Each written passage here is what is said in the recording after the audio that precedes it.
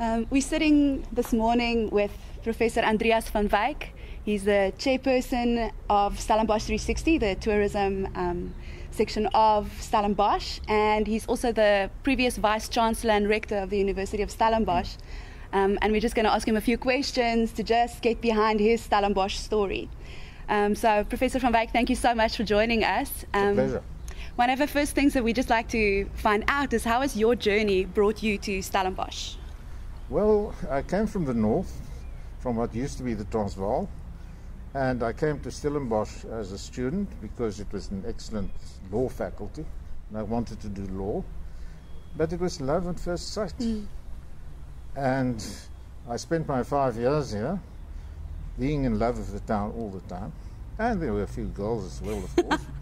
But I went overseas to continue my studies, not thinking I'd ever come back to Stellenbosch. But things were different then, and suddenly I got this command from the then dean of the law faculty telling me I shall come back and become a teacher at the university. And that's how I came back to Stellenbosch, and basically I got stuck there. But it was always a case where I regarded myself as extremely lucky to be able to live here. Fantastic, and I know that the city has benefited a lot from you being here. So you serve on quite a few high-profile boards and committees, and it's so lovely to see that tourism is close to your heart. So maybe you can just tell us how you became part of the Stellenbosch 360 story and as the chairperson now as well. You know, when I retired from the university about 10 years ago, I still remained involved with the university as a part-time lecturer in the law faculty, but then one has time to start plowing back.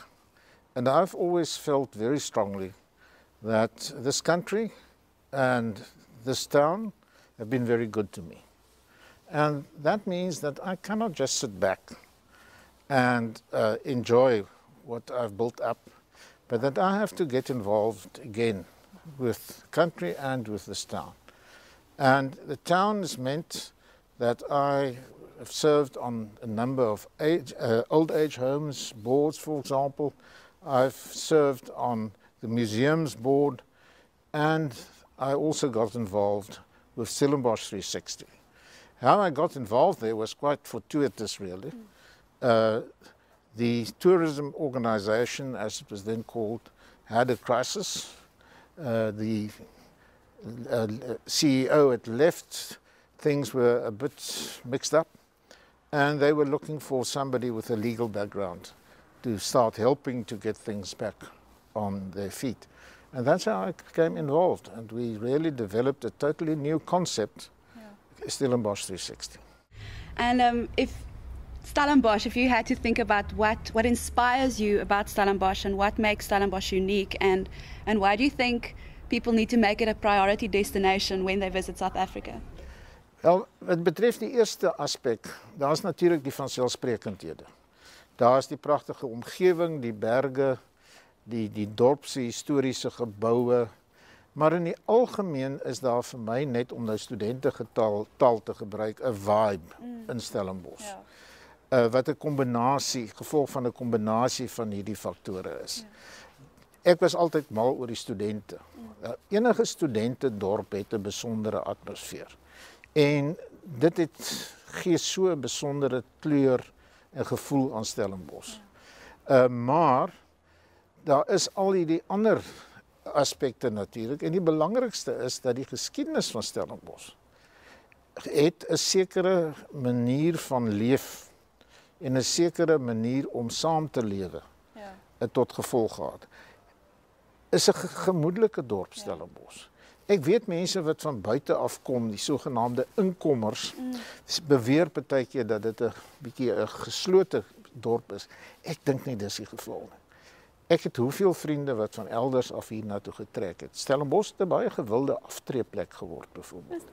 En hulle is oor die algemeen so gelukkig soos wat jy kan wees.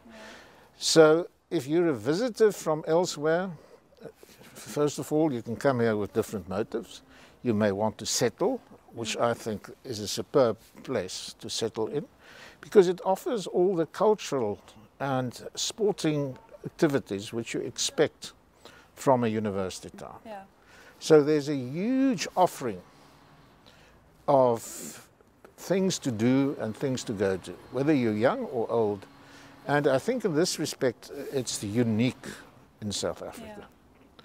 For visitors from elsewhere who come here for a day or two, of course you have the fantastic nature. You have the historic buildings. You have the legacy from years past. But the main thing is, once again, it's a welcoming town as well. And if you put together a welcoming atmosphere with a very innovative sort of approach, because that Stellenbosch has become as well, with the Techno Park, for example. It's become a center for high-tech development in South Africa, and this is a unique combination. This is true. And your top 3 things to do yourself? What do you enjoy doing? Well, it depends on how old you are, of course. And but my top 3 things would be, first of all, go and walk on the Bergpad. Yes. The Bergpad is this pedestrian walk along Stellenbosch Mountain, from where you have this fantastic view over the town, but also this sense of space. That I would put first. Then secondly, obviously, you must go and have some wine at one of the lovely wine farms, and spend some time talking to the people of the wine farm. And then the third, perhaps unexpected thing, I would go down to the Nielsie, that's the student center, and have coffee and a burger or something. Amidst the thousands of students there, you'll be welcomed with open arms, even if you're fairly old and you come from overseas. Yeah, I think it's quite a unique center in terms of universities in South Africa. I haven't come across anything like the Nielsie. Just a few more questions, Prof. The role of Stellenbosch 360 as a network for tourism, how do you see the impact of something like Stellenbosch 360 on the city and on the town? And you know, that's an interesting one, because traditionally people see tourism as foreigners coming in, walking around the town, looking at buildings, taking photographs of buildings, and then disappearing again. But tourism is much more than that, and that's why in certain countries the word tourism has really become slightly non-you, because it's seen as a bunch of foreigners, rich foreigners, coming to look at the poor locals. And the poor locals performing like animals in a game reserve. And that's where we want to get away from. Because Stellenbosch as a community has so many aspects to it, and we should convince, and that's what we're trying to do as well, all parts of our community, whatever their color, whatever their background, whatever their economic status, that they should see tourism as an opportunity. Not only an opportunity to make money, but an opportunity to show what they have to offer, to show what their heritage and their culture are. Therefore, if you come to Stellenbosch, for example, and you cross the beautiful Helshoogte Pass towards Franshoek, and you come on the other side, and there's a lovely village called Pniel. Now, Pniel has a fantastic history. It was started in the 1840s for the slaves who'd been liberated, and there's this very strong sense of community still in a place like Pniel. And there are some lovely sites in Pniel to look at, but also to talk to those people and their sense of being part of a unique community. And that's what we're trying to do. We're trying to make tourism in Stellenbosch as inclusive as possible. That's fantastic. What is your dream for Stellenbosch? Ek dink my droom vir Stellenbosch is dat dit 'n dorp moet bly. It must remain what we call in Afrikaans 'n dorp, 'n town, and not become a city. Dorp has a very specific connotation of a place where people still know each other, where you don't fall into a